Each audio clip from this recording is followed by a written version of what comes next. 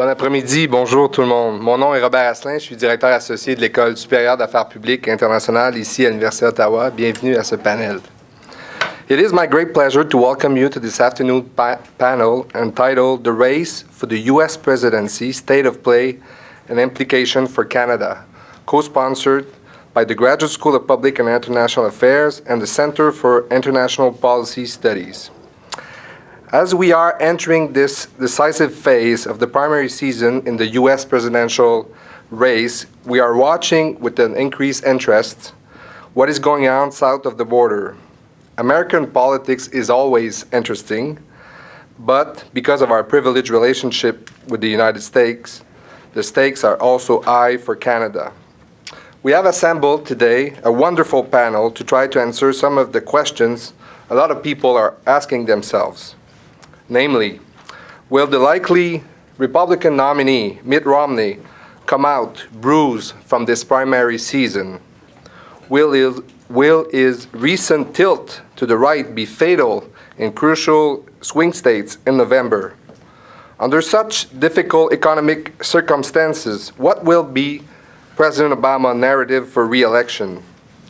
Will the upcoming presidential election be a real clash of two different and substantive visions of America, or will it be just a bad scene of political theater? And lastly, what will be the impact of this race here in Canada? What outcomes can we expect? Allow me now to introduce our distinguished panelists. Mike Kergin retired from the federal public service after a distinguished career as one of Canada's leading diplomats and experts in international affairs. He was Canada's ambassador to the United States from 2000 to 2005, and prior to that, he held several senior positions in the Canadian government and diplomatic service, including Foreign Policy Advisor to the Prime Minister and Assistant Secretary to the Cabinet for Foreign and Defense Policy. He is a senior fellow at the Graduate School of Public and International Affairs. LUIZA SAVAGE is the Washington bureau chief for Maclean's magazine. She is covering her third presidential election campaign and appears regularly on CBC TV U.S. Politics panel. Prior to joining Maclean's, she was a Washington reporter for the New York Sun, a Supreme Court writer for the National Post, and a reporter for the Ottawa Citizen. She was a Knight Foundation Journalism Fellow at the Yale Law School and also holds an economic degree from Harvard. Lastly, Jeffrey Simpson, the Globe and Mail National Affairs columnist, has won all three of Canada's leading literary prizes, the Governor-General Award for Nonfiction Book Writing, the National Magazine Award for Political Writing, and the National Newspaper Award for column writing. He is also a senior fellow at the Graduate School of Public and International Affairs. Finally, allow me to say a few words about the current format for this panel. Each panelist will make initial remarks of approximately 10 minutes. I will then open the floor for questions. I will ask you please to introduce yourself, keep your question relatively short, and we will wrap up by 6 p.m. I will now ask LUIZA to start, followed by Jeff, and then by Mike. Thank you very much. Can you hear me? Well, thank you, Robert, for that kind introduction, and also just what an honor it is to be here with these two very distinguished Canadians on the panel.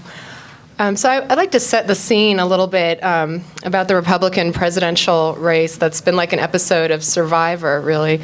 If you can believe, the Gallup polling organization says it's been the most volatile race in the history of their polling. At some point we had Donald Trump, we had the Herminator, we had Michelle Bachmann, if you remember her. And now we're down to four, right? So Mitt Romney, the businessman, the one-term governor of Massachusetts, former CEO who turned around the Salt Lake City Olympics. We have Newt Gingrich, the former Speaker of the House, who brought the Republican Revolution to the House after they'd been out of power for 40 years. Rick Santorum, the former senator from Pennsylvania, big social conservative favorite in Iowa. And Ron Paul, the libertarian, who's trying to build a libertarian movement more than he's really running for the presidency. So primaries, as far as I can see, are one in two ways. One is that either early on you amass so much support that your opponents basically drop out and people stop funding them and stop coming to their events. Or you have a slog fight for delegates, and that's where we're at right now in this primary race, and that's what the Democrats had between Hillary Clinton and Barack Obama in 2008. So the goal is to amass 1,144 delegates before the convention in Tampa on August 27th. So to give you a sense of where we're standing, Mitt Romney has 424, which is about double what Santorum has, and Santorum has about double what Gingrich has, and Gingrich has about double what Ron Paul has. So there are two aspects of this primary that I think have been interesting. I'm sure you've noticed it's become something of an ideological purity test about conservatism. Who's the more conservative? We recently had Romney say in a debate that he was a severe conservative. So why? Why does this matter? I'd say there are two reasons. One, it's an easy attack against Romney. He's been the presumed front runner from the beginning, and it's hard to attack him on his experience. He's been a governor. Santorum has not. He's had a good record in business, although some have tried to attack him there. On the economy, he knows that's his strength. So you have these candidates basically saying, you know, here's his weak point. He used to be pro-choice. Now he's suddenly moved to be anti-abortion. We can attack him there. And in response, Romney has moved numerous positions over the course of the campaign in the more conservative direction. And I had a piece recently in Maclean's arguing that it'll be particularly hard for him to do the classic pivot to the center in the general election because of his reputation as a flip-flopper. So for him to now try to moderate in the fall will be tricky. But the other reason I think is more profound, and it might look like silly season from the outside, but I think it's something that's been going on for some years among Republicans, and that is it's a reckoning with the George Bush years. When you go on the campaign trail in the Republican primary this year, there's one name you hear over and over and over other than Barack Obama's, and that is Ronald Reagan. And Gingrich can't give a speech without mentioning Ronald Reagan maybe 15 times. The one name you never hear on the campaign trail ever is George W. Bush.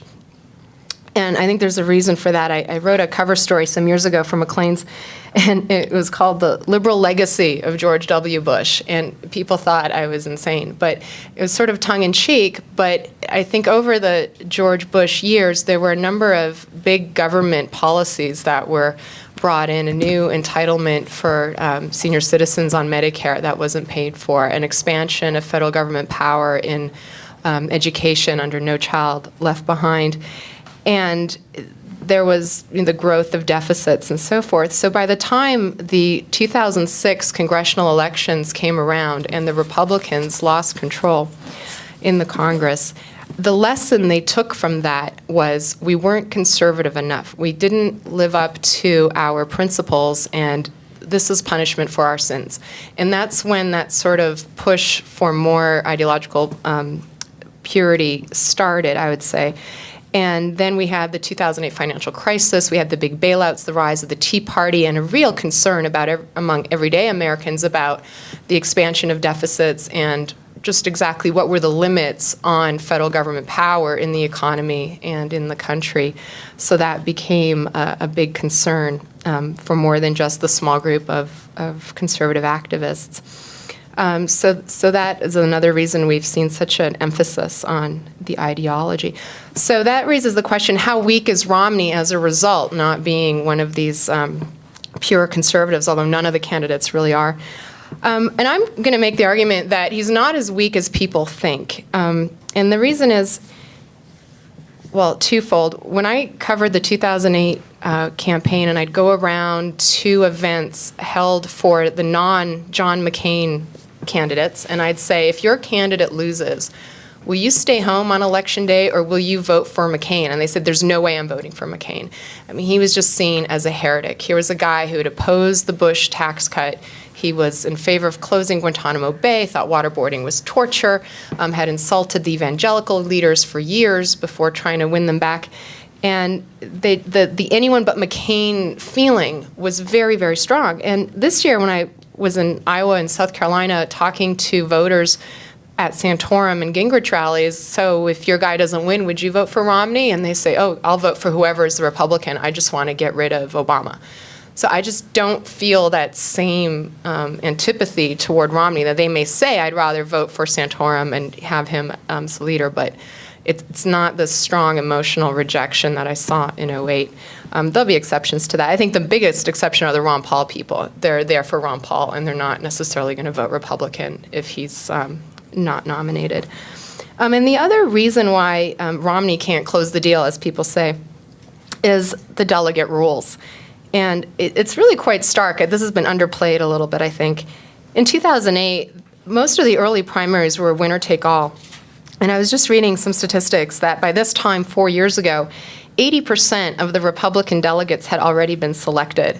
80% compared to 13% this year. And that just shows you how different the process is. So if you have a winner-take-all primary and you beat the other guy by 1%, you get all that state's delegates. Whereas this year, they're apportioning them proportionally to the vote that you got. So it makes it a lot easier for the lower-level candidates to stay in the race and stay competitive and amass delegates in states where they're not winning.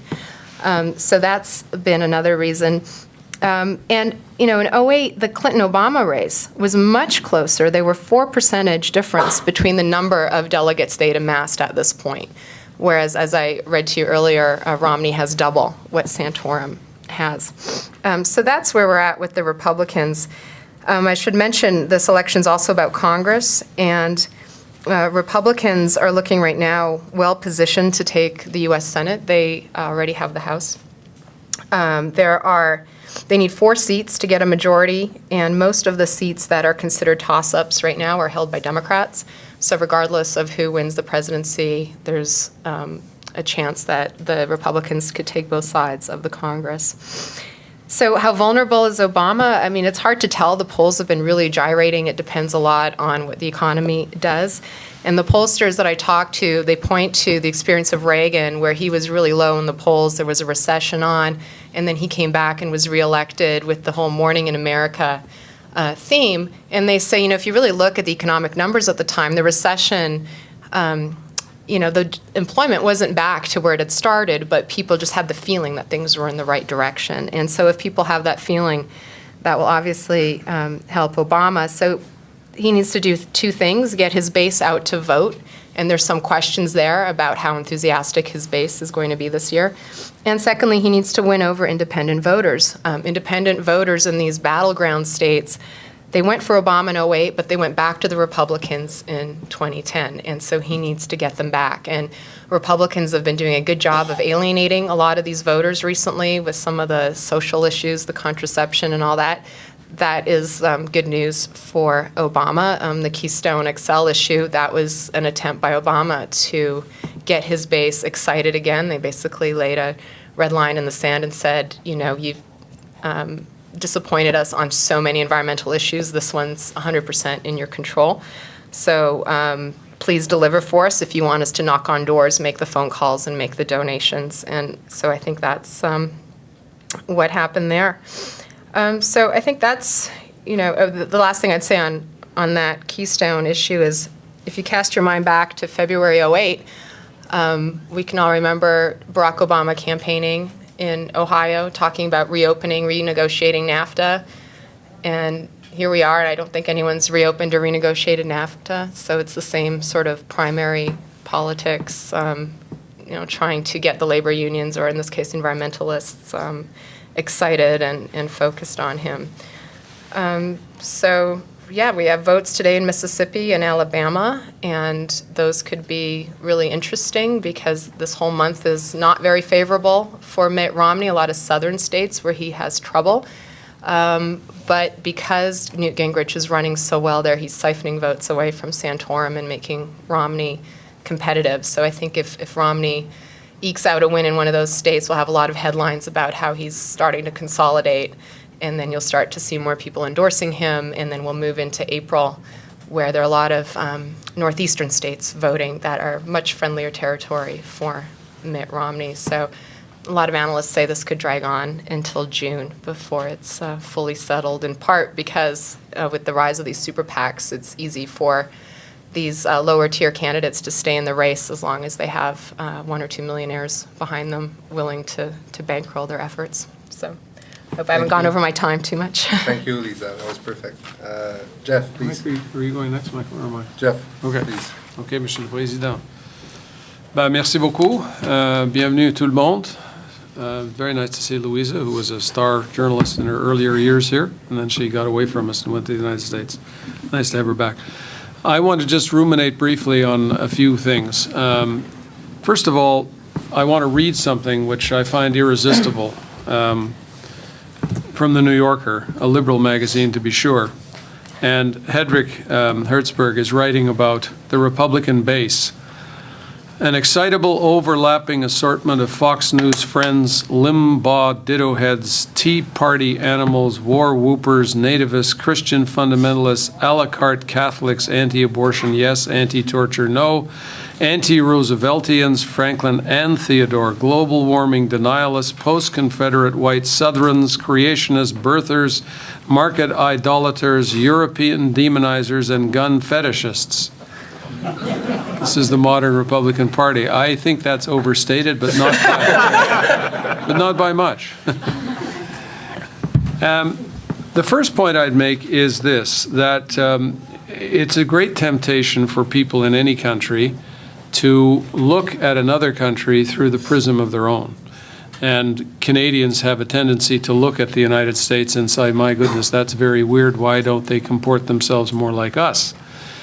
But of course, they're a different country with a different history, which is my takeoff point. When I see the dysfunctional nature of American politics, and particularly when I see the ferocious partisanship, I'm mindful of the fact that just after the Republic was founded, Federalists and Republicans began to attack each other, having worked together to create a new country in the most unbelievable way.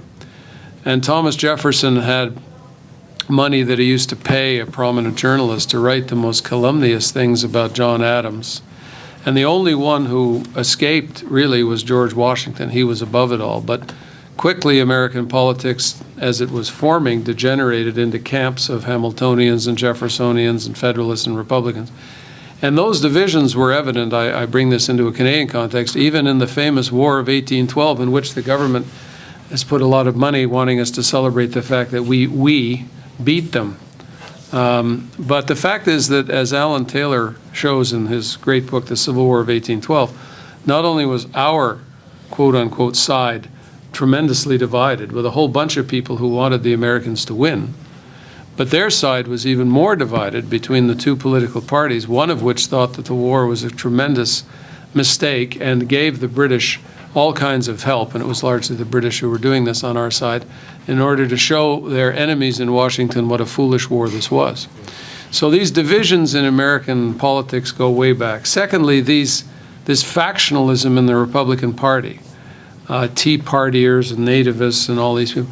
I mean, American history, particularly on the political right, but also on the left, has been pockmarked by these kinds of factions, this kind of populism, if you like, whether it's free silver, whether it's nativists. Of course, the country split apart in the last century over a variety of issues. In the 19th century, in this century, you've had third parties, bull moose parties. John Anderson tried a third party, Ross Perot tried a third party. You've had all kinds of interest groups. So I'm simply saying that the ferociousness of American political debate, we should remind ourselves, is something that's largely been part of the Republic from the beginning. And it's waxed and waned, and it's back with a vengeance now. Secondly, I think, and Louisa just touched on this very intelligently, I think what you're seeing, and I don't want to use the word crisis because it's a much overused word, I think you're seeing a real I don't quite know what the word is. I think it's, so I'll use the word crisis because I can't think of a better one, but it's an overstated word. I think that conservative forces are having great difficulty in coming to terms with their intellectual failures, by which I mean that the things for which conservatives have stood since Goldwater whenever they've had an opportunity to implement them, they've failed. The three things that Republicans have stood for, at least in economic terms, has been smaller government, balanced budgets, and lower taxes. And what they have delivered are lower taxes, large deficits, and bigger government. That's what Nixon delivered, that's what Reagan delivered, and that's what both Bushes delivered. So when you've had 20 years in the White House, as the conservative forces did under Reagan and the two Bushes, and you had a majority in the Congress for a majority of those years, and you couldn't deliver on two of the three fundamental things that you, as conservatives, want to deliver on, you have a kind of, well, self-doubt. And I think a lot of the Tea Party people are folks who, without articulating it directly all the time, are essentially saying, you know, we haven't been true to what we said we were going to do. And the leaders, the Romney types in our party, going back over a number of generations, have basically let the side down. I mean, Reagan is idealized. LUIZA's quite right. I've covered U.S. campaigns in the last number of years, and they all talk about Reagan and forget all the others. But Reagan left staggering deficits. Reagan left the federal government bigger than when he inherited it. So he let the side down too from the on the Republican side.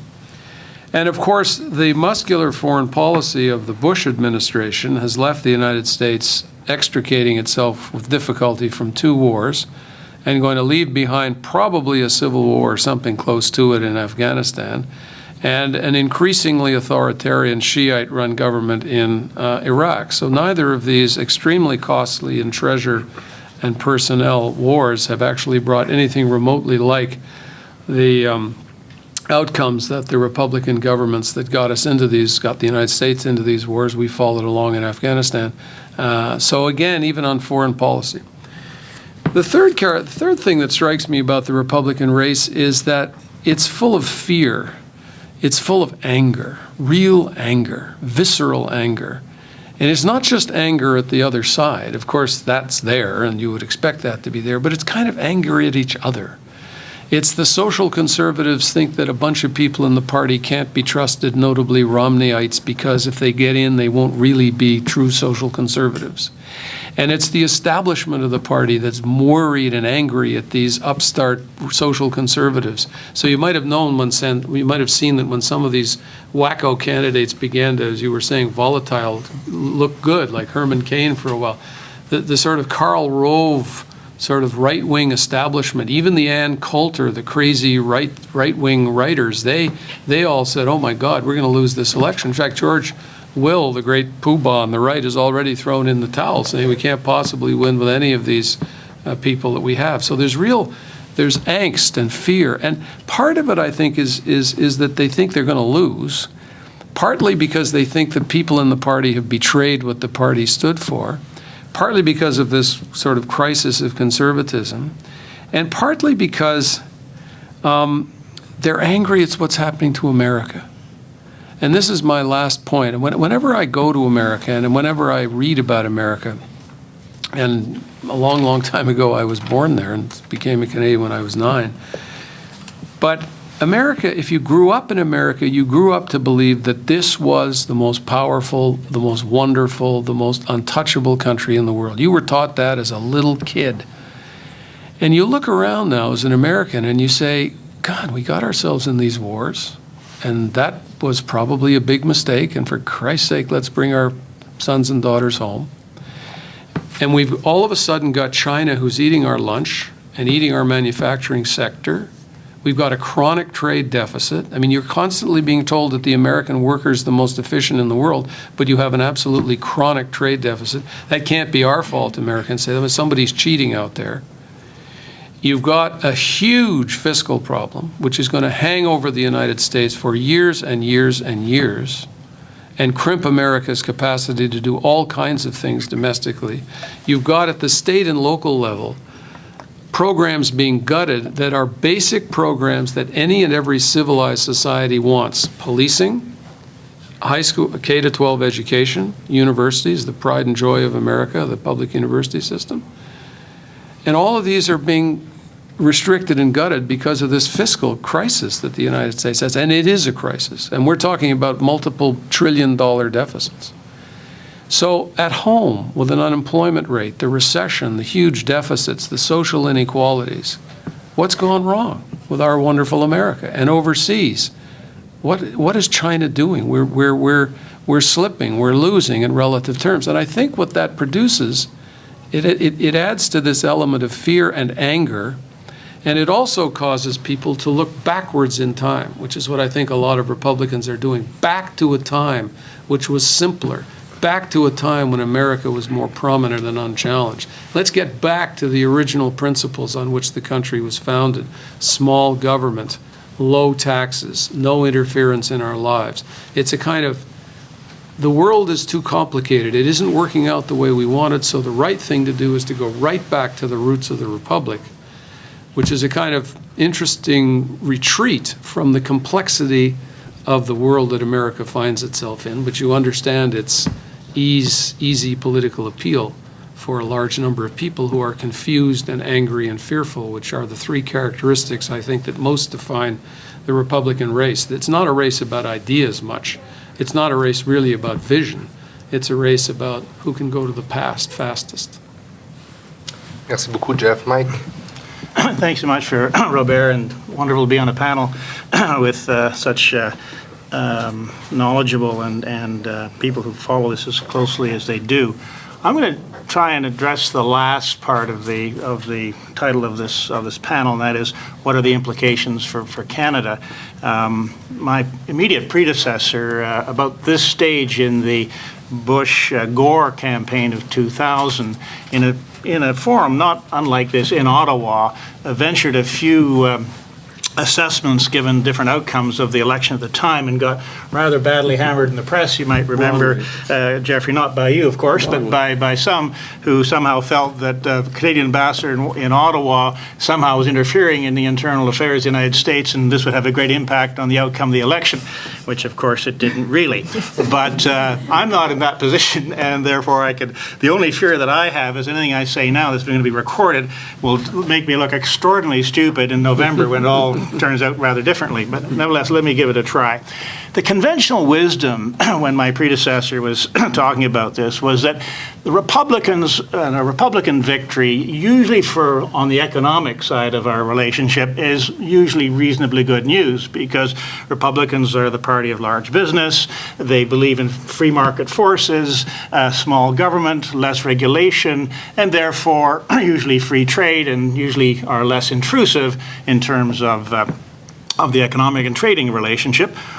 On the other side of the coin, however, Republicans tend to be more robust in their foreign policy, a little bit more unilateral in how they conduct things, American exceptionalism, et cetera, et cetera. And the Democrats is the complete inverse. Democrats being the party of big labor, more likely to have a default position of protectionism, the party of unemployed and so forth, and so therefore they're more problematic when it comes to our economic relationship, but when it comes to foreign policy tend to be a little bit more collaborative and consultative, and will tend to talk to their allies before acting and so forth. So that's kind of the conventional wisdom. I want to challenge that a little bit, because I think the record has shown that if you have two Republicans, Bush Sr. and Bush Jr., and you come to the Iraq War, you'll see completely different approaches. How George Herbert Walker Bush did work the international system in Iraq and brought the Allies along. George Bush Jr. didn't work the Allies as much, and we had the result that we have. Similarly, if you want to take another example of two Democrats, we had Bill Clinton, and for the 8 years of Bill Clinton, we had very few actually trading problems with them. In fact, we were able to solve a lot of the trading disputes we had with them. On the other hand, with 4 years already of Obama, we've had a lot of economic issues to deal with, which have been problematic. So I think this rule that party labels and how that impacts the relationship is a little misleading. I think we need to look at other factors. And I would say three factors are important when we're trying to assess what's going to happen in November as far as it relates to Canada. First is, what is the track record and philosophy or personal record of the candidate? And importantly, what is the relationship with his party? Does he control his party? Is he controlled by his party? What's the interface that he'll have with his party, who will be in Congress? The second one is inevitably the composition of Congress. Which party is going to dominate Congress? Which party is it going to be the same as in the White House or differently? And Congress is terribly important for Canada-U.S. relations, which we often don't think about, but the economic relationship is very often set by Congress. And the third one is what I guess Rumsfeld would talk about, and is so, the unknown unknowns. How do we assess the government of the day, White House and Congress? How are they going to manage the unknowns? The economic situation, which will be very critical, obviously, and the international crises that come up, which really are the unknown unknowns that are thrown. Will it be a government that can handle these crises? Because as sharing part of the geostrategic real estate with the United States, how the Americans handle international crises is critical to our own prosperity and own security. So let's look at the candidates along those lines. I think we can probably say that the known known is that Obama will be the candidate for the Democratic Party for president, barring an unconscionable accident of some sort, and that Obama is probably the presumptive candidate for the Republicans.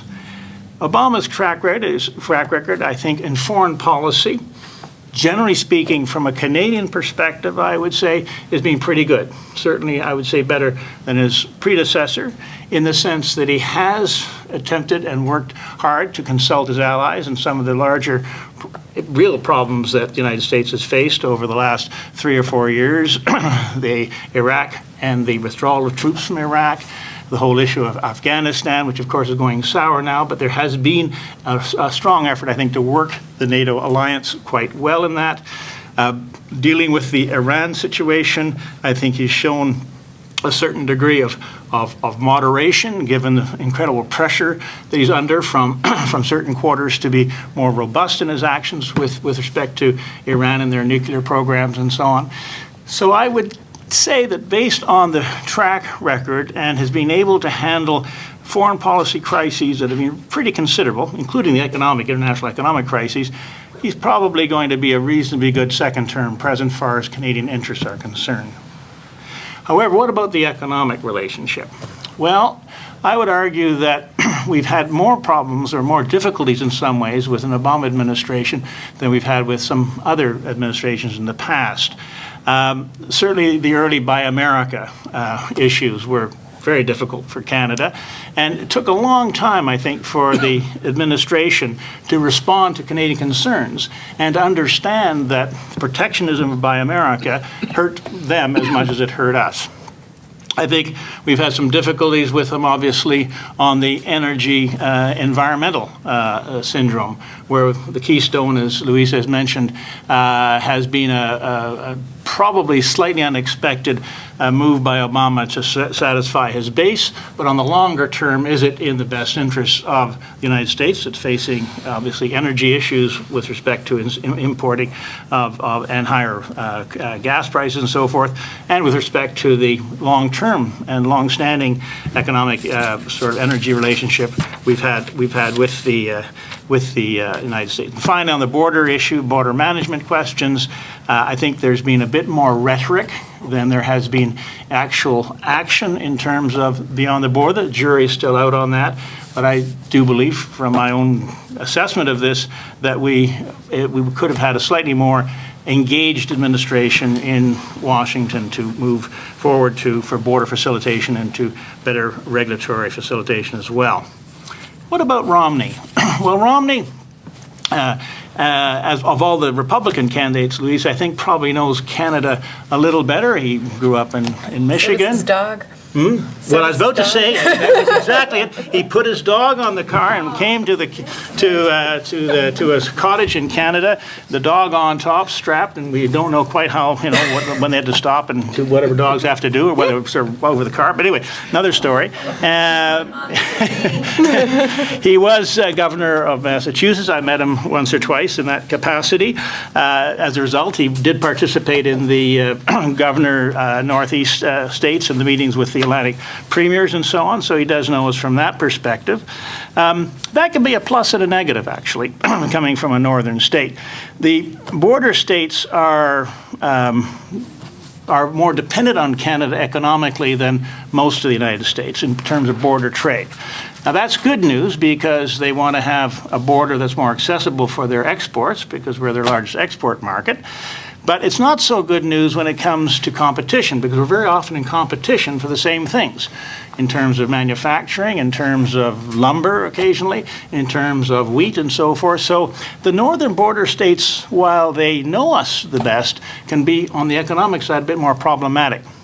Now, on the other hand, Romney, being a man of large business and having been head of Bain Capital, I think reflects that more cliche approach of the Republicans, which is small government, less regulatory, probably let the market forces operate, and therefore I think from the White House perspective would not be a problem for Canada in terms of having a reaction for protectionism or looking to protectionist policy. So that might be the positive side of that. On foreign policy, Romney, I think, is a little obviously untested. His rhetoric is much stronger, of course, when it comes to things like Iran and so forth, but that's to be expected. He's working with his extreme base of the party as he goes through the primary process.